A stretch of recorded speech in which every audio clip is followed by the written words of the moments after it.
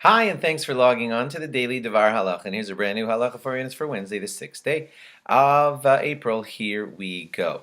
Some people have the custom to not eat any matzah from Rosh Chodesh Nisan. That's going to be this Shabbos all the way until Pesach. Certainly nobody eats matzah on Erev Pesach, but some people start this week, 2 weeks before, and that's to sort of make for a wonderful anticipation of the mitzvah of matzah, because you will have not tasted any matzah all the way from the beginning of from the beginning of Nisan up to Pesach, and then when Pesach night arrives, you're just really anxious to have some Pesach matzah, and that's why some people stop even from Rosh Chodesh Nisan.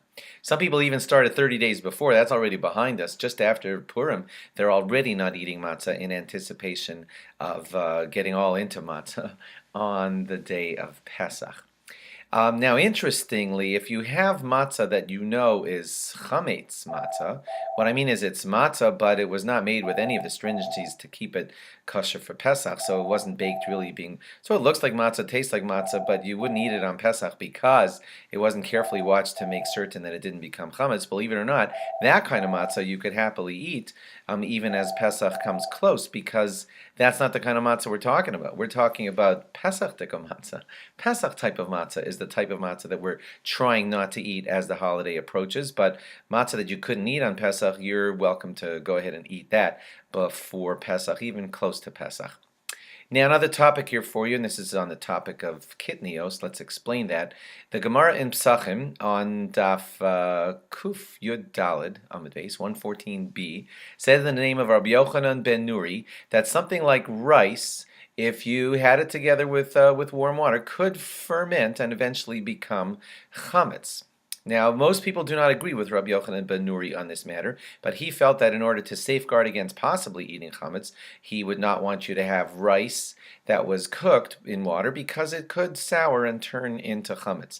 Most commentaries don't agree with him, and so an interesting thing happened. Well, all the way down to the Shulchan Aruch, which was written hundreds of years ago. They were collecting all the opinions of a lot of rabbis, and some rabbis basically said that we should defer to this opinion and play it safe, not necessarily because we're so afraid that rice is going to turn into chametz, but because confusion happens also. If we were to allow people to cook rice together with water, then people could think that you could cook wheat together with water and bake it, and of course that would be chametz. So there were rabbis, and it started to split along Ashkenazic and Sephardic rabbis. So Sephardi rabbis were paskening generally for their population that rice and things like rice were okay to be cooked and eaten on Pesach, and Ashkenazic rabbis and all their descendants were becoming of the opinion that we don't eat what we're calling kitnios, and that means things like rice and corn and mustard seed and all those types of things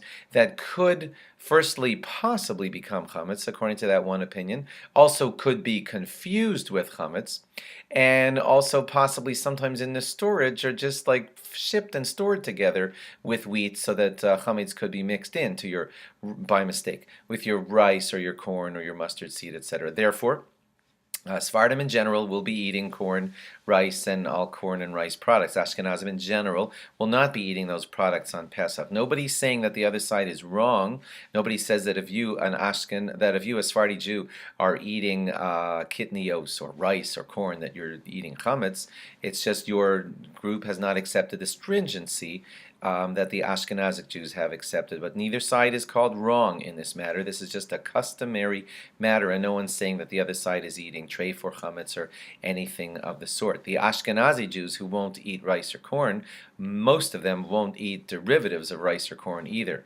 And that hits you hard on Pesach, because that means a derivative like high fructose corn sweetener, which sweetens a lot of our foods, you wouldn't be able to be eating that either. So I don't know, maple syrup type of things, and all kinds of sweetened types of things, including peanuts, by the way, which fall into the category of generally the kitnios category. Lots of things like that will not be eaten by Ashkenazim, and some of those types of things are eaten by Sephardim. If you need any clarification on this matter, or you don't know which custom you should follow, certainly speak to your rabbi and find out more about this. We just like to start you off on your search here. Thanks for logging on. Log on again tomorrow for more. Bye-bye.